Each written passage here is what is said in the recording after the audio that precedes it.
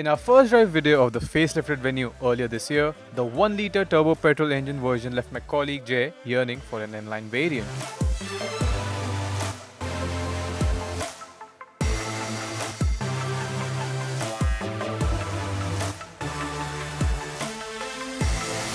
Oddly enough, for once we thought that the show was not enough to match the go.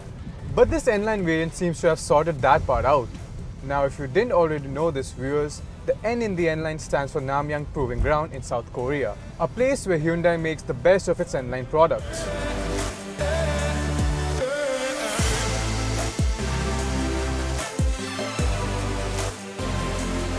For onlookers, the sportier N-line version features N-line exclusive front bumpers and skid plates and larger, more angular air intakes. In profile, there is an N-specific design for the alloy wheels, and the rear too gets a different bumper design, which is essential to make space for the twin-tip exhaust pipes. The N-line recipe has been garnished with red highlights across the front bumper, wheel arches, side sills, brake calipers, roof rails and the rear bumper. A mechanical enhancement for all to see is the inclusion of rear disc brakes on the Venue N-line. Now that we're static, let's have a look on the inside. The general layout is almost the same as the standard Venue, but now you have the all-black theme which is to the sporting credentials of the N-line. Other bits are these red accents all across the cabin. They are spruced up at places like the AC vents, the climate control selectors, the gear knob, the drive mode selector, and there's even red stitching on the seats and red piping as well. Other N-specific highlights apart from the red highlights, of course, are the new 3-spoke steering wheel. There's also N badging spruced across the cabin. And the red seems to be a theme because there's red stitching across here, there's a red highlight on the new gear knob, and apart from the red piping and the red stitching, the seats are now leathered and this is specific to the N-line model. However, we do feel that there should have been a little bit of perforation in the seats because as it stands, it is not that breathable and in our climate condition, it could be a bit of a bummer. Speaking of which, another bummer is that like the standard Venue, the N-line doesn't get ventilated seats and strangely enough, the air purifier available on the standard model is missing. What you do get is dual camera dash cam, which is a first of its kind and it can capture photos, time-lapse, videos, and it even gets an emergency recording option. The similar looking interior now gets a red ambient lighting option as a differentiator. Now that we sampled every differentiator on the N-line, let's have a quick recount of all the features carried forward from the standard version.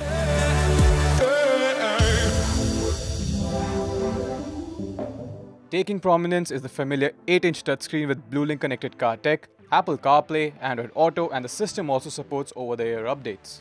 Venue also gets a digital instrument cluster, electric sunroof, a wireless phone charger, cruise control, and automatic climate control. In terms of safety, the Venue N-line 2 gets 6 airbags, ESC, hill assist control, TPMS, rear parking camera, and sensors. The rear section isn't the roomiest in legroom or width, but headroom is sufficient. Helping comfort is a rear seat recline. Other features of the rear seats are the center armrest, rear AC vents and 2 USB-C ports. And wrapping off the practical bit is a 350-litre boot capacity.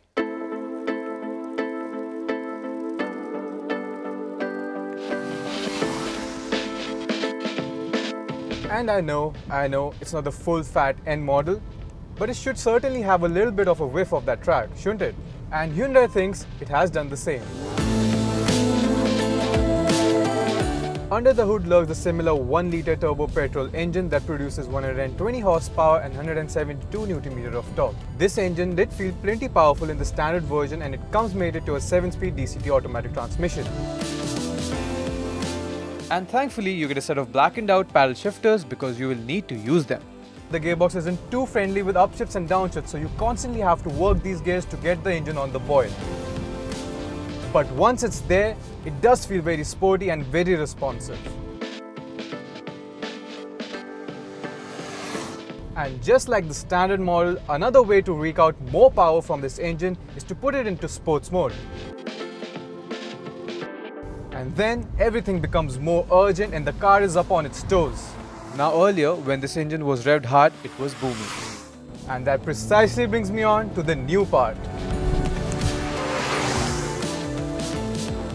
As a part of the N-line upgrade, the engine note and the exhaust note are much raspier than before. And while it does make the engine sound sportier than before, it doesn't really get stronger as you build up power, and some aftermarket exhaust could do a better job. Venue N-Line has got suspension upgrades for better stiffness. It gets 34% more damping force, which definitely makes it handle better and gives it improved high-speed stability, but then the low-speed ride is stiffer too. Potholes and sharp edges do filter through to the cabin. The steering weight can be altered through the drive modes too, and while it does get heavier in sport, it isn't the most engaging and does not feel very consistent either. What is better, however, are the N-Line brakes at the rear, and it makes it much better than the standard car, and it inspires a lot more confidence under braking. But for what it's worth and what it's for, the car does feel sprightly and it's pretty enjoyable to drive. It's just that the changes are incremental and not substantial. It makes you feel like Hyundai could have done a little bit more to differentiate it from the standard model. And when you put it into sports mode and those revs climb up, you're still left wanting for that more sound, a little bit more drama.